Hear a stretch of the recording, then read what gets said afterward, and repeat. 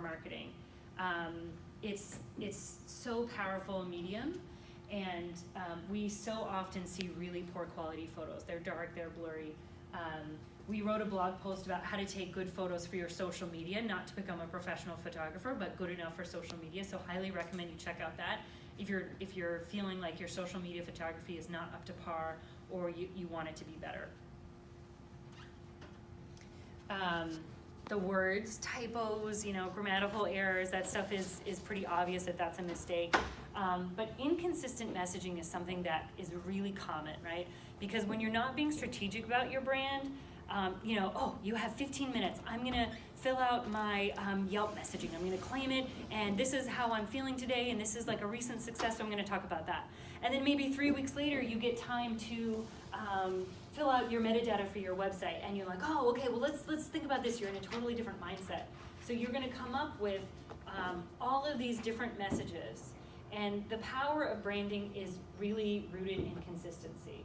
We want wherever a customer comes in contact with our business, whether it's a phone call to customer service, whether it's a social media update, whether it's a result in Google or another search engine, we want people to hear consistent messaging, because that consistent messaging we have created through study and research and being strategic about it, and so we know that messaging is really advancing our brand in the best way and being consistent.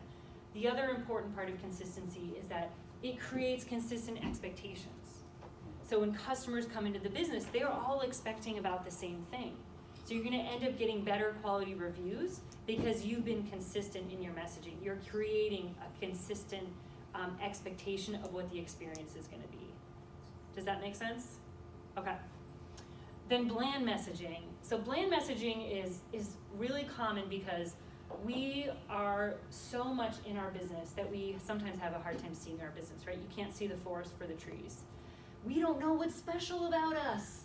There is a business, a lodging property in Stowe that is located in a historic building, and yet on the homepage, they don't mention that at all. I'm like, this is incredible. They're in a historic building and they don't talk about that. So that's just one example of not understanding what's historic about your building. I don't believe it's anybody in here.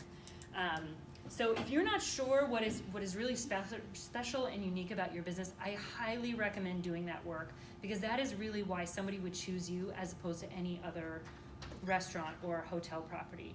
And if you're not sure what is special and unique about your business, I recommend talking to your customers, reading their reviews. Are there certain themes that keep coming up that people love and rave about?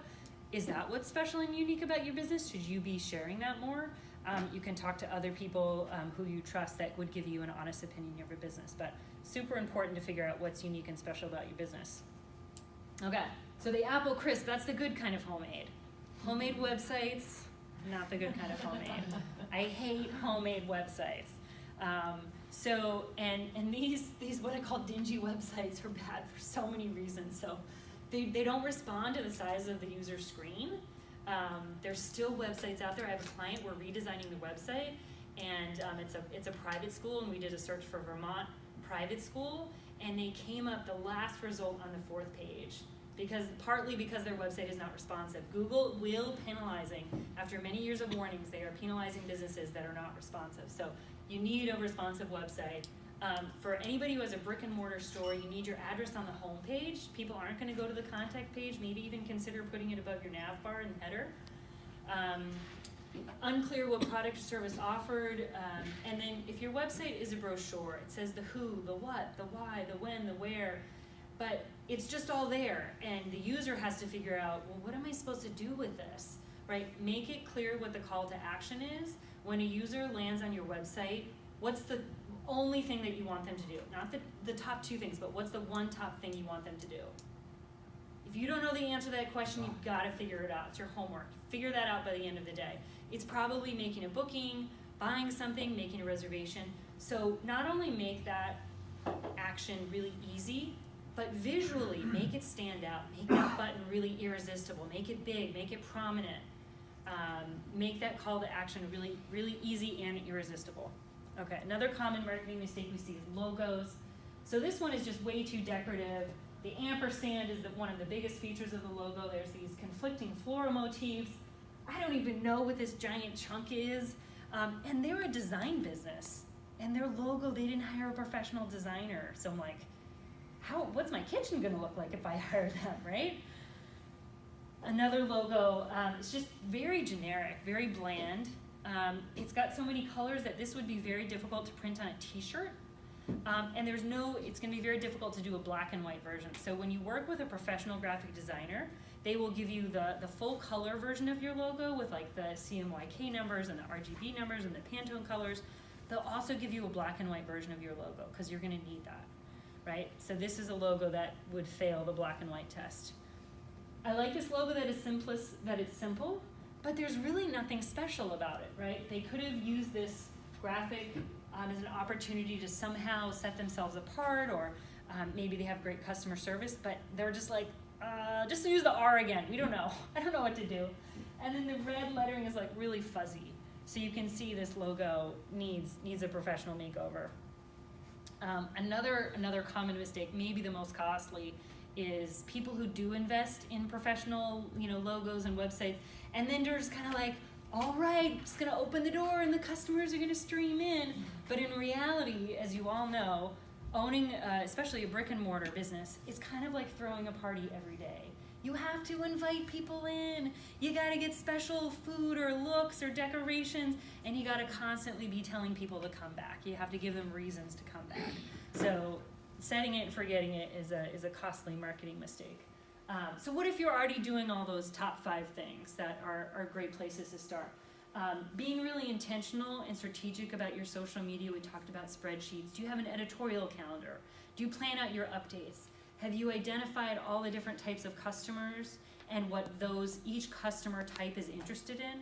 Are you creating messages that try to speak to everyone, i.e. speak to no one? Or are you saying, I'm just gonna talk to the tourists today, and then in a couple days I'll have an update that's really more trying to reach the locals, right? Taking advantage of social ad targeting. So if your social page, you're already getting a great reach and you're really happy with it, no problem. But if you'd like to reach more people, definitely recommend looking into social advertising. There's some awesome tools that you can use to really retarget to people. Another common thing that people overlook is basic SEO. I think there's this myth that you have to have like a $10,000 a month SEO budget in order to do SEO. But in reality, there's so many things. So I'm a journalist by trade and a marketer, but we wrote this blog post, 8 non-technical things that you can do. So if I can do them, you can do them. So that's another link. If you want that link, just email me and I'll send you all the links mentioned in the presentation. We talked about the consistency across the brand and the value of that, right? Controlling the perception before people come into your door so that they have a better experience, or you have a better chance of them having a better experience. Another great marketing tactic is to focus on your ideal customer, right? So how many people feel like they have an idea of who their ideal customer is? I've done that work. Okay, so if you haven't figured out who your ideal customer is, figure out who they are, and then how do you market to that ideal customer? If you're marketing to everybody, you're probably getting business that might not really be profitable or you might not enjoy. So think about marketing just to your ideal customers. Having written goals and measurements, right? It sounds like most of the people here are on a team, so you may have an idea of what your marketing goal is, but if it's not written down, I have a feeling the other people on your team have a different idea of what the marketing goal is. When you get big enough, you'll start leveraging user-generated content, which means that, and actually it happens even before you may launch a social media page, but people will start posting updates that mention your business. Even if you don't have an Instagram page or a Facebook page, they may still be talking about you. And you'll find if you get on to those social media channels and look at that user-generated content, some of it's really good. Like some of the photos are really good. So repurposing that content, giving credit and reposting it is a great way. It's kind of like a testimonial for your brand, but not written. I'm thinking particularly of Instagram. I have a client who makes high-end donuts, and they get these amazing food photos all the time, and like I would say about a quarter of their Instagram feed is just other people's pictures, but they're really good pictures, so they reuse them. So big picture, when we're talking about what sets the bigger businesses apart from the mom and pops who are wearing 32 hats and marketing hat is just 2 hours on a random Tuesday, what the distinction I draw is that the bigger brands are all under the umbrella of being strategic, right? They're putting intention behind it, they're planning it out. They're often doing a lot of the same things. You know, they're on Instagram just like you are, but they're being strategic and thoughtful about it, so they're getting more mileage out of their social media investment. Okay, so now take a couple minutes and write down 3 things you think your team can do better in marketing.